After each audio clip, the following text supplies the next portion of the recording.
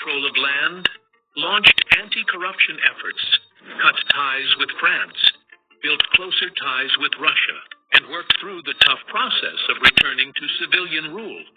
But even with all these efforts, there's still resistance to his leadership in the country. In this video, we're going to break down the latest attempt on Traoré's life and what happened afterward. Burkina Faso had become the symbol of a new, fearless Africa, bold, determined, and ready to stand on its own.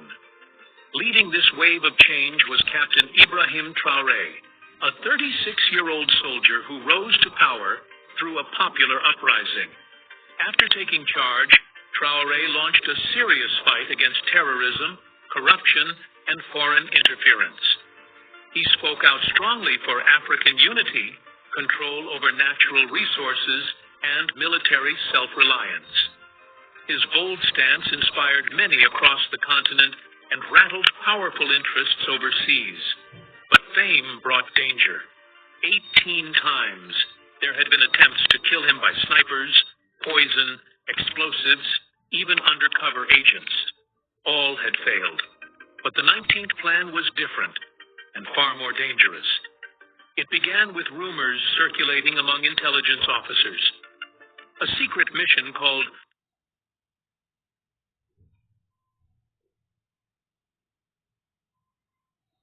Libya. The goal? Eliminate Traoré before he could sign a major agreement with Mali and Niger, the Sahel Federation Treaty. This deal would join the three countries into a military and economic alliance and remove all foreign troops from their land. The treaty was set to be unveiled at a large public ceremony on March 22, 2025, at La Place de la Révolution in Ouagadougou. Government officials, African leaders, and international media were expected. Weer eentje te veel gekocht? Verkoop het zonder verkoopkosten. Download Vinted. Traoré received a warning. Don't attend, they'll try to kill you in the open. But he refused to back down. If they attack, let the world see their fear. I won't hide from my responsibility, he said. 2 days before the event, a shipment arrived in Burkina Faso under diplomatic cover from a foreign aid group. Hidden inside was a tiny high-tech drone built by rogue military engineers. It was nearly invisible to radar, made no sound, and left no heat trace. Its job? Locate Traoré, lock onto him, and explode. At the same time, a spy planted inside Traoré's security team was quietly sending real-time updates to the attackers, his location, security team movements, even private communications. Everything was timed to strike the exact moment Traoré would raise the Sahel Federation flag in front of the crowd. But Burkina Faso had its own defenders.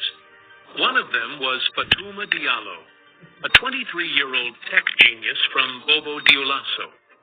She'd been secretly monitoring the country's communications networks and had created a special AI system, Project Ndolo, to detect hidden threats, especially drones. At 9:42 a.m. on the day of the summit, the system picked up an unusual signal, a 14.2 kilohertz frequency bouncing between cell towers. It acted like a live video stream, but it was coming from the sky. Fatouma immediately ran a scan, matched it with radar data, and realized what it was.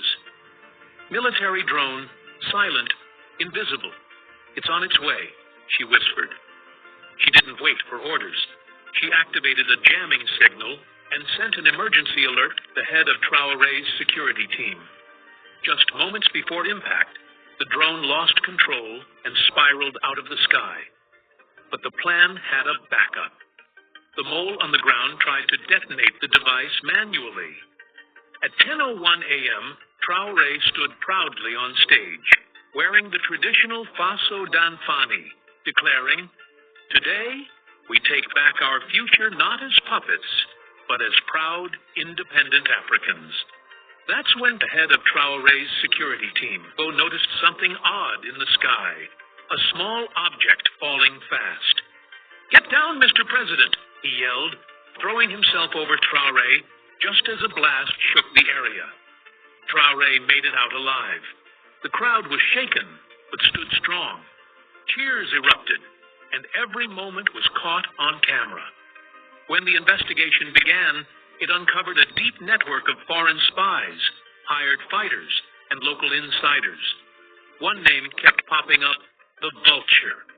He was once a Burkinabe official, now a rogue operator for hire, and on Interpol's most wanted list. In response, Traore wasted no time. He ordered a full sweep of compromised institutions and border zones.